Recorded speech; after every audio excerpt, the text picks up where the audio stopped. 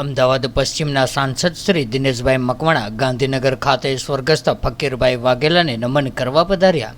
18મી લોકસભા ચૂંટણીમાં અમદાવાદ પશ્ચિમથી ચૂંટાયેલા સંસદ સભ્ય શ્રી દિનેશભાઈ મકવાણા ગાંધીનગર ખાતે પૂર્વ કેબિનેટ મંત્રી અને દલિત અધિકાર મંચના અર્ધસ્થાપક સ્વર્ગસ્થ ફકીરભાઈ વાઘેલાના નિવાસસ્થાને પધાર્યા હતા અને સ્વર્ગસ્થ ફકીરભાઈ વાઘેલાની તસવીરને નમન કરીને શ્રદ્ધાસુમન અર્પણ કર્યા હતા। ત્યારે આ વેળાએ સ્વર્ગસ્થ ફકીરભાઈ વાઘેલાના ધર્મપત્ની ગંગા સ્વરૂપ કુંવરબેનના ચરણોમાં વંદન કરીને આશીર્વાદ મેળવ્યા હતા। ત્યારે આ મુલાકાત દરમિયાન દિનેશભાઈ મકવાણાનું શાલ ઓઢાડી કુંવરબેન તથા તેમના પરિવારના જીતુભાઈ તથા ગૌરીબેન, અલ્પેશભાઈ તથા જાગૃતિબેન અને પરિવારના તમામ સભ્યોએ મોઢું મીઠું કરાવીને સ્વાગત સન્માન કરીને શુભેચ્છા પાઠવી હતી।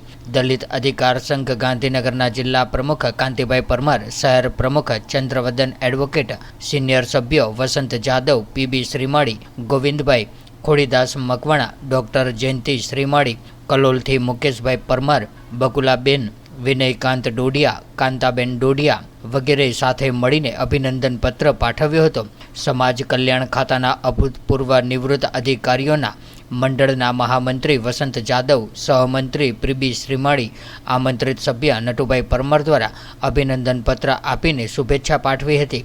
સંસદ સભ્ય શ્રી દિનેશભાઈ મકવાણાની આ મુલાકાત વખતે સામાજિક આગેવાનો કાંતિભાઈ એડવોકેટ, બાબુભાઈ મેસરવાલા, કમલેશભાઈ, જયંતિભાઈ વગેરે મોટી સંખ્યામાં હાજર રહ્યા હતા।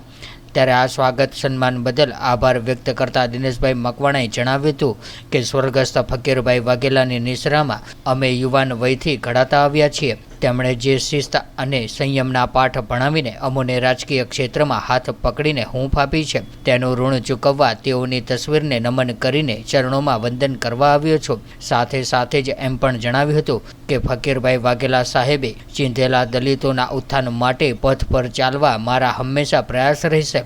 અભિનંદન પત્રનું વાંચન દલિત અધિકાર સંઘ ગુજરાત રાજ્યના પ્રદેશ ઉપપ્રમુખ પીબી શ્રીમાળીએ કર્યું હતું।